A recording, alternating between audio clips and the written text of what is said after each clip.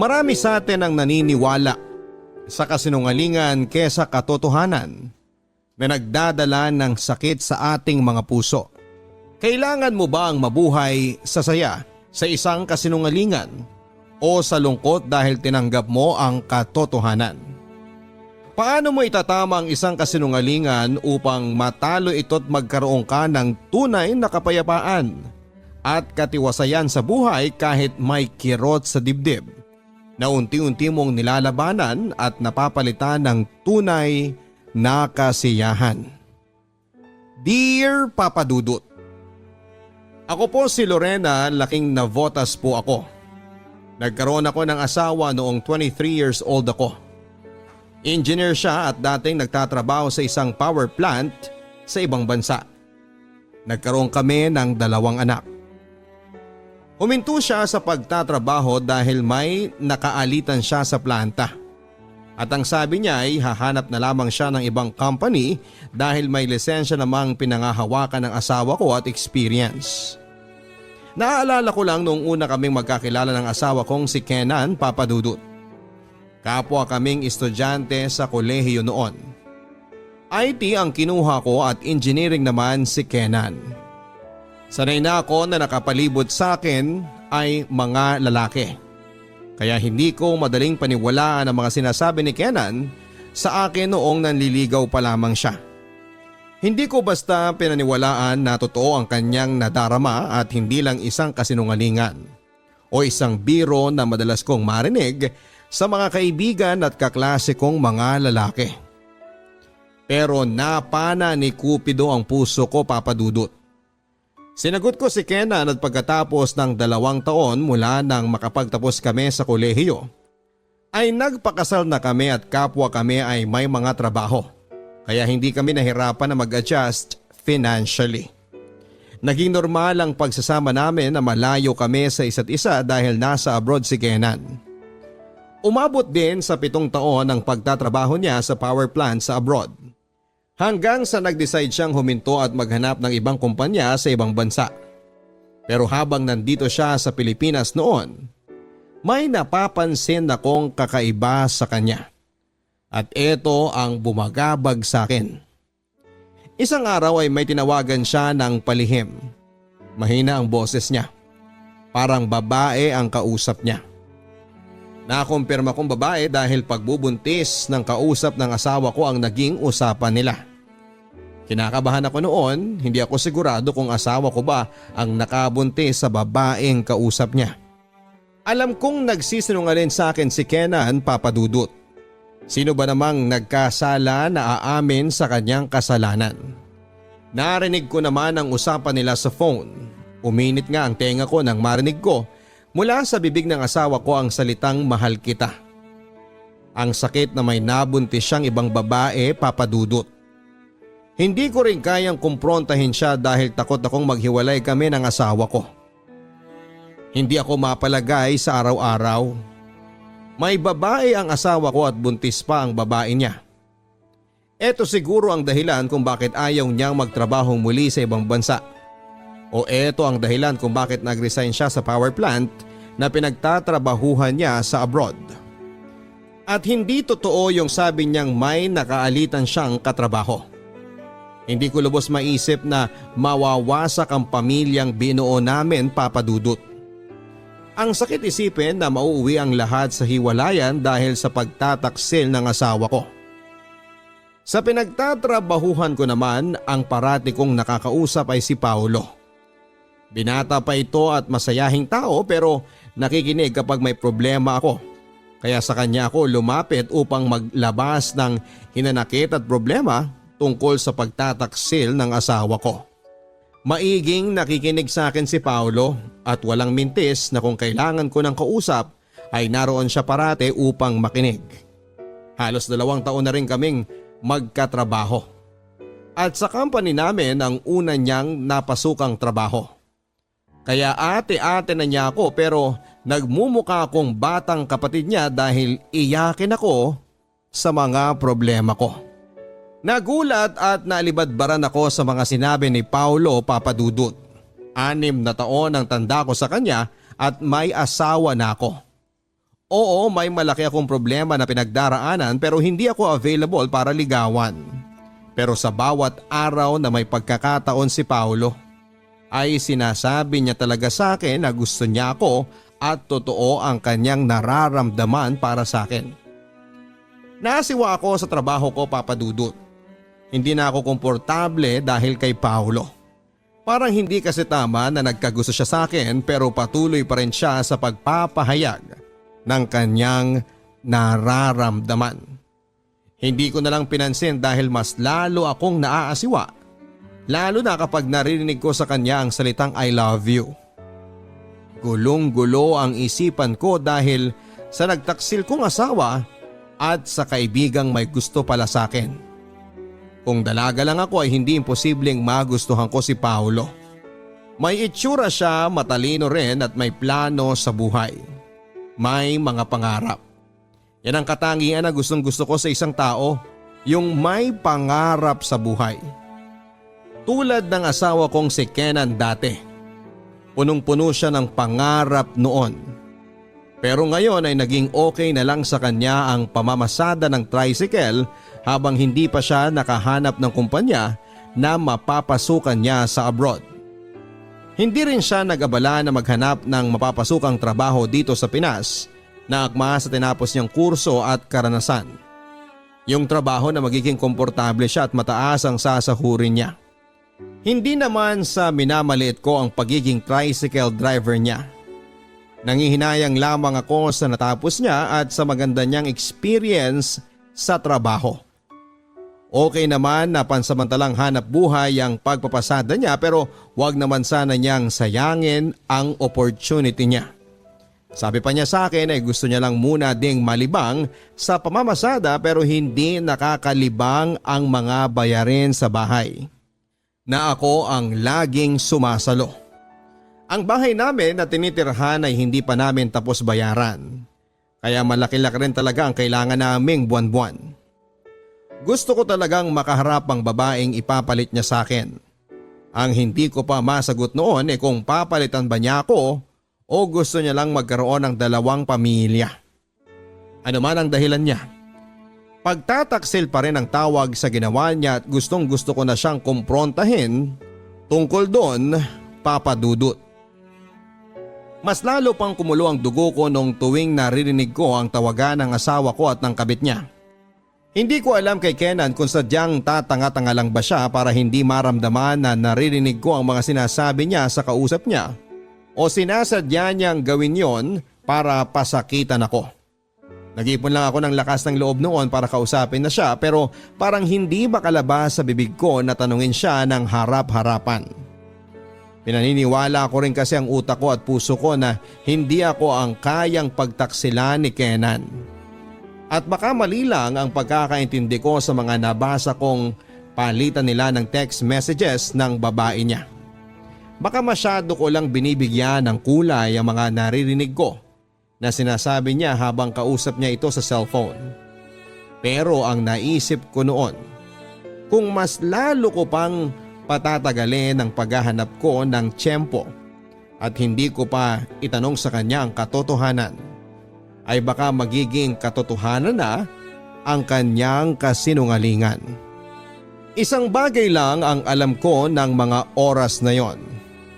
Hinding-hindi ko papayagan na pumunta ang asawa ko sa panganganak ng babae niya.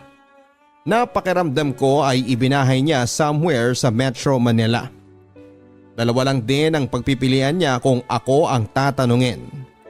Yon ay ang bumalik siya sa dati niyang pinagtatrabahuhan abroad o maghanap na siya ng ibang trabaho at tigilan na ang pamamasada. Dahil malakas ang kutob ko na parang naging dahilan niya lamang ang pamamasada para magkita sila ng babae niya. Naiinis ako, Papa Dudut, parang ayaw nang magpapigil ng bunganga ko. At gusto ko nang sumigaw sa harapan niya. At tanungin kung bakit niya nagawang magtaksil sa akin. Kung bakit niya nakayanang magsinungalin sa akin. Hindi ko masabi sa kanya na narinig kong kinakausap niya ang babae niya sa cellphone. At nalaman ko na kung sino siya. Ronette ang pangalan ng babae, Papa Dudut. Gusto ko sanang makuha ang number ng babaeng yon at makaharap ito para kausapin na may asawa na ang karelasyon niya. Maraming mga tanong ang naglalaro sa isipan ko. Maganda ba siya kaya hindi nagdadalawang isip ang asawa ko na ipagpalit ako sa kanya? Mas masarap ba siyang magluto at mag-alaga? Mas masarap ba siya sa kama? Mas nasasarapan ba si Kenan sa katawan niya kesa sa katawan ko? Mas napapataas ba niya ang libido ng asawa ko sa mga ungol niya? Nakakaloka, Papa Dudut. Nakaramdam ako ng sobrang insecurity kahit na hindi ko pa nakita yung Ronette na yon. Umabot din ako sa punto na kakayanin kong magmakaawa na kay Ronette na layuan na at wag nang makipagkita o makipag-usap sa asawa ko. Gagawin ko talaga ang lahat, Papa Dudut, dahil takot ako na baka hiwalayan ako ni Kenan. Mahal ko ang asawa ko at mga anak ko. Ayaw kong mawasak ang pamilya namin. Ang isa sana sa gusto kong mangyari ay makaalis na kaagad si Kenan papunta sa ibang bansa. Mas magiging kampante ako na malayo siya sa amin kesa na para akong buwang na nag-iisip sa tuwing nasa trabaho ako ay nagkikita silang dalawa. Ramdam at pansin ko sa kanyang mga mata sa huli naming pag-uusap na nagsisinungaling ang asawa ko. Wala akong ibang makausap tungkol sa problema ko kundi si Paulo, Papa Dudut. Ayaw ko man kasi madalas pag nagkikita kami ay naiilang ako sa mga panunuyo niya sa akin. Pero kailangan ko talaga ng panahon na yon ng makakausap. Takot akong sabihin sa mga kapatid ko o sa mga magulang ko ang tungkol sa sitwasyon ko. Baka sila pa ang mas magwala kesa sa akin. Hindi ko na alam, Papa Dudut, kung ano ang gagawin ko kay Paulo dahil gusto niya raw talaga ako. At sa totoo lang may nararamdaman na rin ako para sa kanya. Matapos ang mainit na mga halik na pinagsaluhan namin. Alam mo kasi, Papa Dudut, hindi siya mahirap mahalin dahil sa ugali niyang maaruga at maalalahanin. Wala siyang paligoy-ligoy, kung may gusto siyang sabihin ay sinasabi niya kaagad. Kaya hindi ko makita o maramdaman na nagsisinungaling siya nang sabihin niyang mahal niya ako. Kailangan ko lang pigilan ng sarili ko na hindi masyadong malunod sa agos ng init ng mga halik naming yon dahil may asawa ako. May asawa ako na nagsisinungaling sa akin na nagpapakabagabag sa araw at gabi ko. Nagpapaluha sa akin na baka pagising ko isang araw ay wala na siya sa piling ko at tuluyan nang sumama sa babae niya at sa anak nila. Bakit ganon ang pinagdadaanan ko? Noong nasa abroad siya ay namimiss ko siya ng gusto pero wala akong pangamba na tuluyan siyang mawawala sa amin ng mga anak niya. Pero ngayon, namimiss ko ang asawa ko kahit nakikita ko siya. Dahil parang ang puso at isipan niya ay nasa babae niya. At natatakot akong mawala siya dahil baka mauwi sa hiwalayan ang lahat. Tinuloy pa rin ni Paulo ang panliligaw niya sa akin, Papa Dudut. At sa araw-araw ay patuloy pa rin ako sa pagsabi sa kanya na tigilan na niya ako at humanap na lamang siya ng ibang babae na single at hindi yung tulad ko na may asawa na. Kung anong sigasig ni Paulo sa panliligaw sa akin ay siya ring sigasig ng asawa ko sa kabit niya. Awang-awa ako sa sarili ko dahil wala na akong ginawa kundi ang umiyak. Dahil nakakaramdam na ako ng kawalan ng pag-asa na makaharap ko pa si Ronette dahil hindi ko pa rin nakuha ang number niya. Alam kong ang babaw para sa marami pero hindi ko kasi talaga kaya ang komprontasyon. Takot ako. Kaya hindi ko magawang awayin siya at sa pilitang kunin na lamang ang cellphone niya. At hindi ko rin kasi ugali ang maghalungkat ng gamit ng iba. Kahit na marami akong hinala hanggat sinasabi ng asawa ko na wala siyang babae, may parte sa pagkatao ko na gustong maniwala sa kanya. Ganon pa man ay hindi pa rin ako mapalagay sa araw-araw. Parang gusto kong masira na lang ang tricycle ng asawa ko para hindi siya makapasada at makaalis ng bahay. Naririnig ko uli ang usapan nila. Malapit ng mga anak ang babae. Kailangan kong bantayan ang asawa ko at dapat nasa tabi niya lamang ako para hindi siya makapunta kay Ronette. Ako ang asawa, tunay at legal na asawa. Kaya ako ang may karapatan. Hindi pwedeng maagaw si Kenan ni Ronette. Naisipan kong uminom para mawala ang problema ko. Kailangan kong malasing para hindi ko na maisip pa ang pagtataksil ng asawa ko at nung malapit nang maipanganak na bunga ng kanyang pagtataksil, may nangyari sa aming dalawa ni Paulo sa loob ng kanyang sasakyan, Papa Dudut. Hindi ko na napigilan ang sarili ko at bumigay na ako sa kanya. Hindi ko lubos maisip na magagawa ko ang bagay na yon. Pinagsaluhan namin ang aming mga katawan na pinag-isa. Naulit ang aming pagtatalik. Isa na rin akong sinungalin sa harap ng asawa niya. Tinuruan niya ako na maging sinungalin, Papa Dudut. Pero naisip kong mali ang ginagawa ko. Ang ugnayan ko kay Paulo ay isang malaking pagkakamali. Wala akong pinagkaiba sa asawa kong nagtaksil sa akin. Isang araw ay hindi umuwi si Kenan sa bahay. Inasiguro ang araw na pinanganak na ni Ronette ang kanilang anak na dalawa. Sobra akong nasaktan, Papa Dudut. Hindi ko mapigilan ang mga luha ko na umagos pababa mula sa aking mga mata. Mawawasak na talaga ang pamilya namin kapag makapagdesisyon ang asawa ko na hiwalayan ako at iwang kami ng mga anak namin. Sa kabilang banda ay takot din ako, Papa Dudut, na baka malaman ng asawa ko o ng ibang mga kakilala namin ang tungkol sa aming dalawa ni Paulo. Mas lalong gumulo ang isipan ko kung paano ko haharapin ang pagsubok na yon sa buhay ko. Nagmistulang baliw si Paulo ng mga oras na yon, Papa Dudut.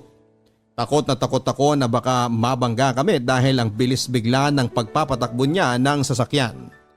Pinasok ko itong gulo na ito kaya kailangang maayos ko ito dahil ayokong maiskandalo. Bakit ba kasi ako pumasok sa sitwasyon na yon? Masyado akong naging marupok. Para rin kasi akong tangay. Ako lang ang dapat sisihin sa mga nangyari kasi ako rin naman yung lapit ng lapit kay Paulo.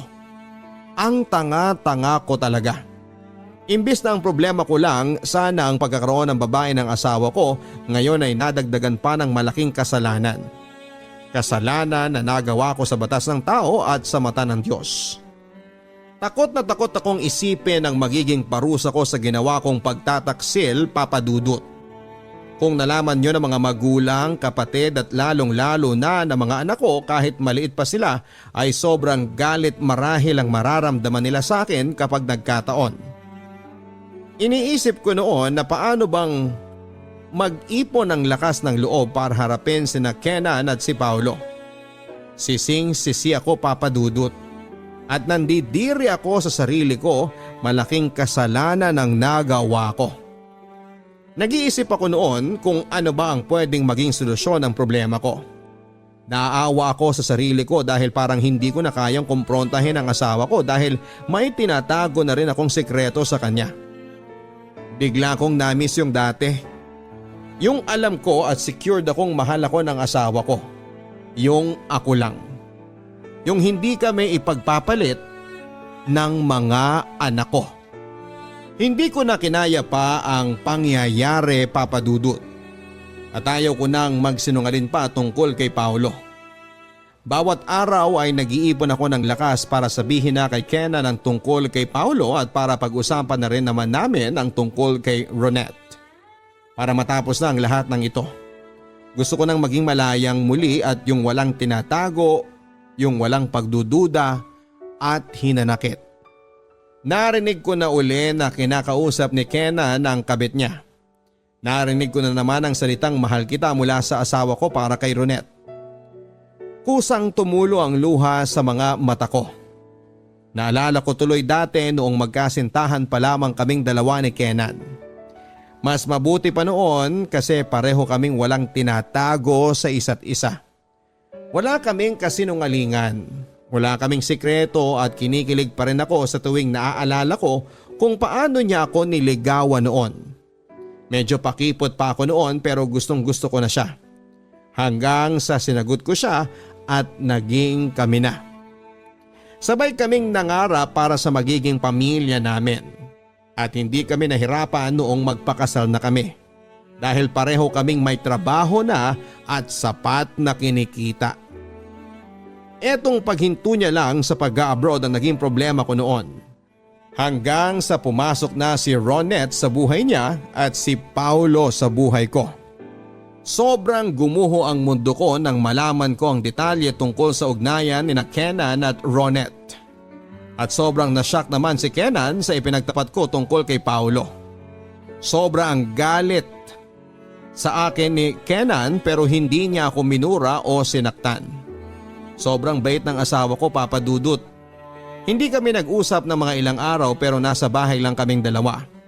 Hindi siya makapaniwala sa sinabi ko tungkol sa naging affair ko sa katrabaho kong si Paulo.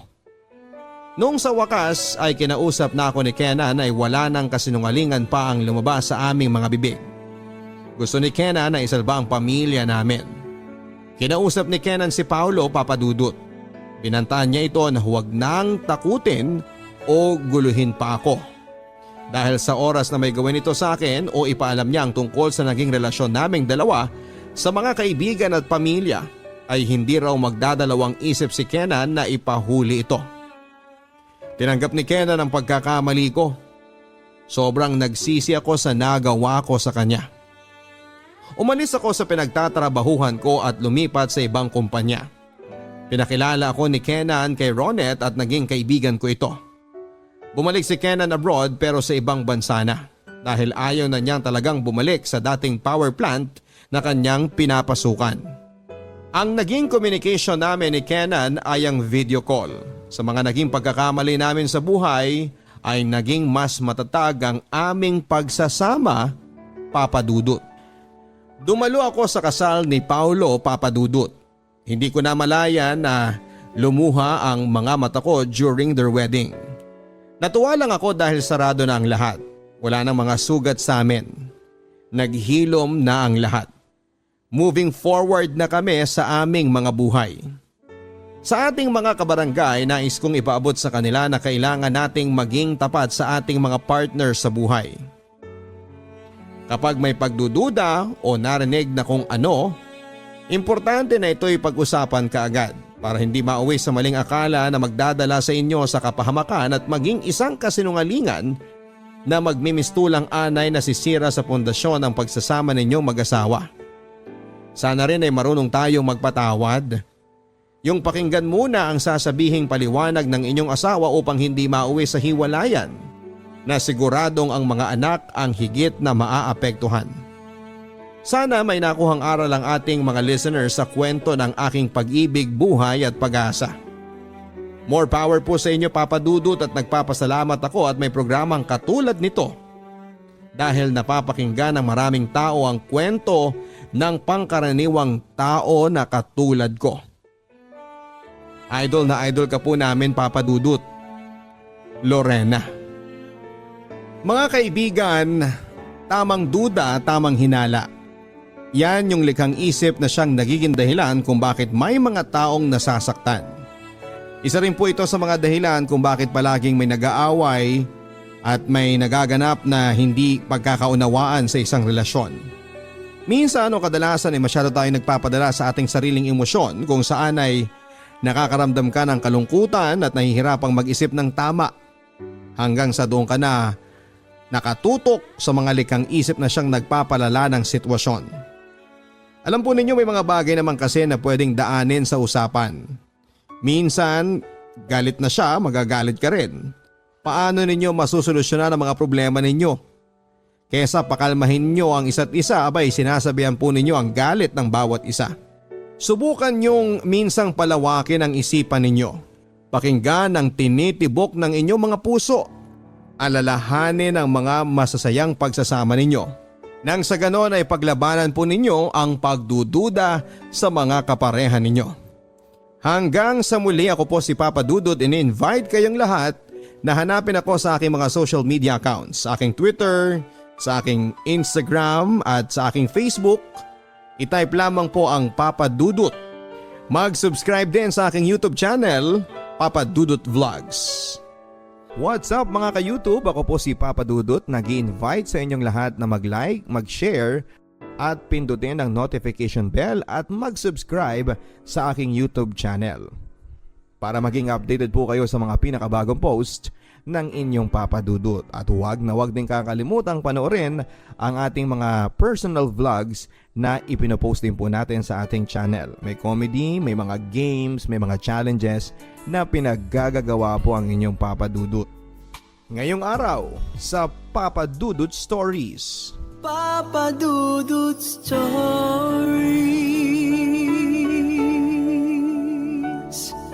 Dear Papa Dudut, tawagin niyo po ako sa pangalang Moy.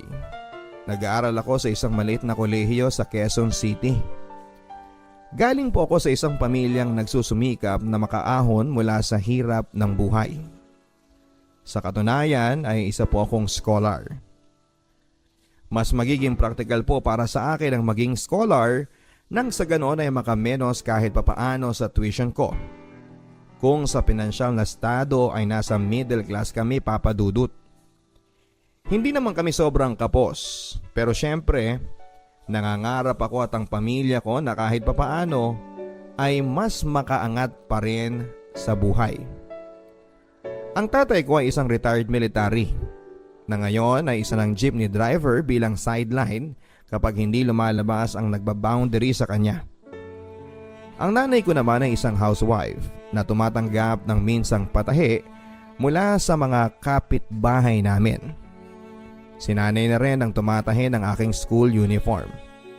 Kaya madalas mong mapagkakamalang anak mayaman ako dahil sa suot kong uniforme. Sputing na sputing ah. Yan ang madalas sabihin sa akin ng mga kaklase ko sa simula ng school year. Alaga din kasi ni Mama sa Almirol ang uniform ko.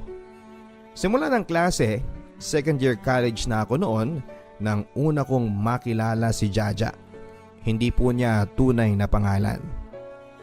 Transferi si Jaja mula sa Makati at dito na raw kasi sila tumira sa Quezon City sa bahay ng kapatid niya dahil sa ekstrang trabaho na napasukan niya. Hi Miss, ako nga pala si Moy, nakangiting sabi ko kay Jaja. Hi, just call me Jaja, nakangiting sabi naman niya. Mula noon Papa Dudut ay hindi na ako huminto sa madalas na pagsama ko sa kanya. Sa lahat ng sandali ay lagi akong nakabuntot sa kanya. Sa katunayan, Papa Dudut ay naging kaibigan ko din ang circle of friends niya. Bakit ka ba buntot ng buntot sa akin? Seryoso ang tanong ni Jaja. Sa totoo lang Papa Dudut ay hindi ako naging handa sa tanong ni Jaja. Hindi ko alam kung naiinis na ba siya dahil sa madalas kong pagpapapansin sa kanya. Nabubulol na sabi ko sa kanya. Nangangatog na rin ang tuhod ko noon ng mga sandaling yon. Nakakatawa ka naman Moy. Para kang nakakita ng multo sa tanong ko sa'yo. Chill ka lang. Joke ko lang yon. Nakangiting sabi ni Jaja sa akin. Natawa na lang ako Papa Dudut sa mga narinig ko. Ilang sandali pa ay ako naman ang nagtanong sa kanya. Okay lang ba Jaja kung liligawan kita? Si Jaja naman ang natahimik. Mga ilang segundo pa bago siya nakasagot sa tanong ko. Moy, huwag ka sanang magagalit pero hindi pwede. Sagot niya. Hinihintay ko si Jaja noon na sabihing joke lang din ang mga huling sinabi niya. Pero hindi na niya sinabi yon. Naging seryoso lang ang timpla niya ng mga sandaling yon at nawala na ang ngiti sa kanyang mga labi. Kasi Moy, may anak na ako. Namimilog ang mga mata ni Jaja na para bang may luhang papatak anytime. Gusto ko sanang ibahin ang usapan pero siya na mismo ang nagtuloy sa pagsasalita. Mga minsan isasama kita sa bahay. Ipapakilala kita sa anak ko. Nakangiting sabi ni Jaja. Baka magalit yung asawa mo kapag sinama mo ko sa inyo. Habol na tanong ko pa sa kanya. Ano ka ba? Wala akong sinasabi na may asawa ako, no? Ang sinabi ko lang, may anak na ako. 3 years old na siya. Yung isang kapatid ko ang nag-aalaga sa kanya habang nagwo-working student ako. Nakahinga ko ng maluwag, Papa Dudut, sa mga narinig ko. Gusto ko pa sana siyang tanungin ng detalye ng pagkakaroon ng anak niya. Pero hindi ko na nagawa pa. Dahil unang-una ay ayaw kong isipin niyang tsismoso ako. Mas magiging maganda siguro, Papa Dudut, kung sa kanya mismo manggagaling ang info tungkol sa naging past niya. Hindi yung kailangan ko pang mag-usisa. Ang pag-uusap naming yon, Papa Dudut, ang nagbukas ng pinto para mas lalo kaming magkakilala ni Jaja. Tulad ng sinasabi ko po sa inyo kanina, ayaw kong magmukhang tsismoso na magpupumilit na ungkatin ang naging past life niya. Hinayaan ko lang siyang maging komportable na magsabi sa akin ng mga bagay-bagay tungkol sa naging nakaraan niya. Ayon kay Jaja ay ex-boyfriend niya ang ama ng anak niya. Matapos daw niyang mabuntis ay sinubok daw nilang magsama. Pero habang tumatagal ay naging magaslaw daw ang pag-uugali ng ex niya. Parang sumasabay siya sa baby namin sa pagiging isip bata. Mas gusto lang niya mag-ML at mag-basketball kaysa unahin ang dumiskarte para sa gatas ni baby. Kaya ako na lang ang gumawa ng paraan nung nagtrabaho ako bilang therapist, paliwanag ni Jaja. Wow, sana all. Kung ako siya, super swerte ko na. Kasi may nagtatrabaho para sa akin. Pero mas lalo siyang naging worse eh. Pinagseselosan niya yung trabaho ko. Kaya ayun, hiniwalayan ko na. Napaka-childish kasi niya. Akala ko nga hahabulin niya kami ng anak niya pero pinabayaan niya lang kami na magkahiwalay na. Noon naman ay naiiyak na sabi ni Jaja. Kapag umiiyak si Jaja ay mas lalo siyang sumisingkit at nagiging anime ang itsura niya. Ang cute talaga niya, Papa Dudut. Pero naaawa ko sa kanya sa tuwing kinikwento niya sa akin ang mga naging past niya. Sinubok lang daw niyang bumalik sa pag-aaral ngayon habang nagtatrabaho dahil katuwang na niya ang kapatid niya sa pag-aalaga sa baby niya. Dahil dito ay makailang beses kong hiniling kay Jaja na makita ko sana ang baby niya. Mas dumalas na rin noon ang pagsama-sama ko sa kanya. Para ko na nga siyang GF kung bakuran ko. Aaminin ko sa inyo, Papa Dudut, na talagang na love at first sight ako sa kanya. Pero mas lalong na-develop sa akin ang pagmamahal nang nakilala ko siya ng personal. At nakilala ko ang kabutihan ng puso ni Jaja. Mahal na mahal niya ang baby niya at lahat ng sacrifices ay gagawin niya para lamang kay baby. Hindi biro ang naging sacrifices ni Jaja para lang maalagaan at suportahan financially ang baby niya. Makailang beses din niyang sinubok na humingi ng pinansyal na tulong sa ex niya pero para daw itong bingi na walang naririnig at sa kalaunan ay naglaho na nga na parang bula. Isang araw, Papa Dudut, ay nagkasundo kami ni Jaja na puntahan after ng class namin ang baby niya. Excited na excited ako noon. At hindi makapaniwala na super cute din ang 3 years old na anak niya. Naitago na lang natin sa pangalang Baby Justin. Sa umpisa ay tahimik lang ako nagmamasid sa kanya habang naglalaro ito. Pero napangiti agad ako nang makita kong tinanguan ako ni baby. Para bang barkada niya ako na matagal na niyang hindi nakikita. Okay lang ba, baby, kung ako na ang magiging bagong daddy mo? Seryosong tanong ko kay Baby Justin. Sabay lang kaming natawa ni Jaja dahil sa sagot ni baby. Opo. Yun kasi ang sinagot niya. Mula nga noon, Papa Dudut, ay nagkaroon ako ng maraming rason para magsumikap. Mas lalo kong sinipagan ang pag-aaral. Naisip ko din na gayahin si Jaja na maging working student. Gusto ko kasing makatulong sa kanya financially para sabay naming suportahan ang baby niya. Walang formal na panliligaw at pagtatanong kung kami na, pero bigla na lang naming naramdaman sa mga sarili namin na pinag-isa kami ng aming mga puso. Nagsasabi na ako kay Jaja ng I love you at sumasagot din siya sa akin ng I love you too. Hindi nga nagtagal ay natanggap ako bilang waiter sa isang fast food chain. Maging ang mga magulang ko ay nagtataka kung ano raw ang sumagi sa isipan ko para gawin na pagsabayin ang trabaho at pag-aaral. Baka daw makaapekto sa scholarship ko kung madadagdagan ang load ng trabaho ko. Parang mas okay daw kay nanay kung magpo-focus na lamang ako sa pag-aaral. Total ay hindi naman sila nagkukulang sa pagbibigay ng panggasto sa akin. Hindi ko na lamang sinabi sa kanya ang mas malalim na dahilan ko para magkapera. Naging open kaming dalawa ni Jaja sa klase na kami na ay into relationship. Lahat ng mga close friends namin ay kilig na kilig sa naging revelation naming dalawa. Naging smooth ang relasyon naming dalawa, Papa Dudut. Sa tuwing payday, ako na mismo ang nag-aabot ng kusa kay Jaja para may pandagdag siya sa mga panggastos niya kay Baby Justin. Nung una ay tinatanggihan pa niya.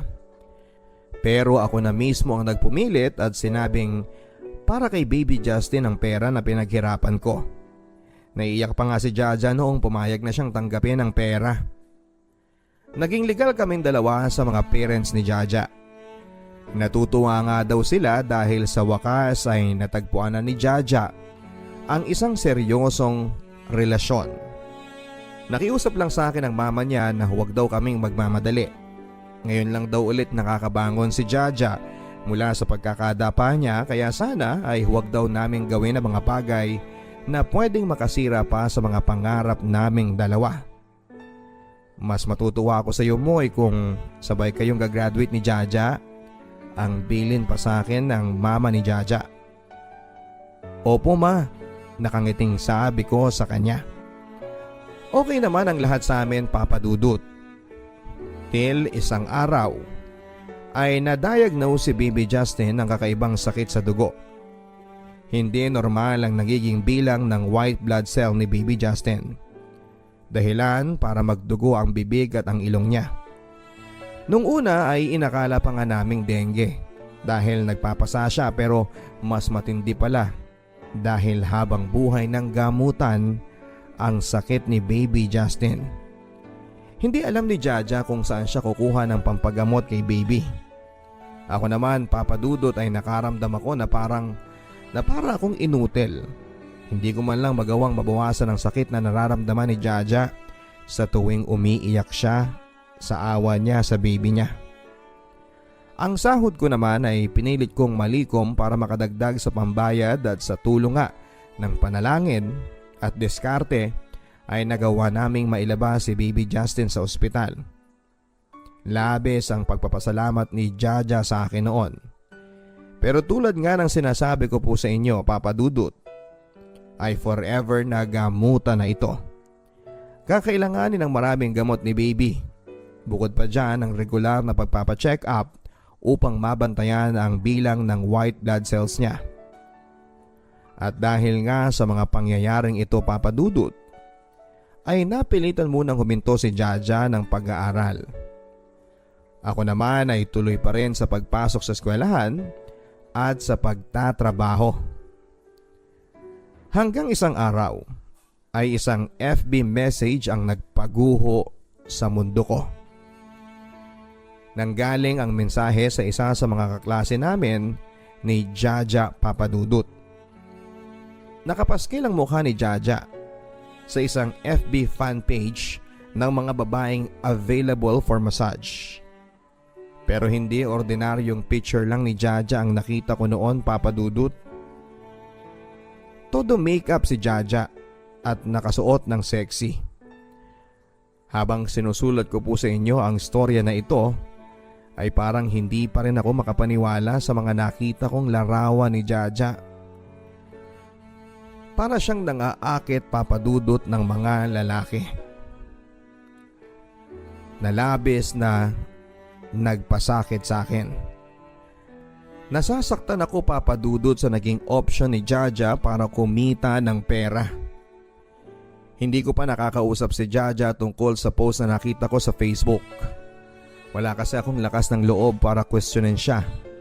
Ngayong dumarana siya sa matinding pagsubok na pinansyal para sa anak niyang may sakit. Naalala ko din yung minsang usap namin sa naging hiwalayan ni Jaja at ng ex niya. Sa umano'y pagsiselos at hindi pagsuporta ng ex niya sa naging trabaho niya. Ayaw kong isipin na ito rin yung dating trabahong sinasabi niya na naging dahilan ng pagsiselos at paghihiwalay nila ng ex niya. Ano po ba ang dapat kong gawin, mga ka-stories? Sana po ay matulungan ninyo ako sa pamamagitan ng mga advice na manggagaling sa inyo. Babasahin ko po mga comments na ipopost ninyo sa YouTube channel ni Papa Dudut. Ang inyong ka-stories, Moy of Quezon City.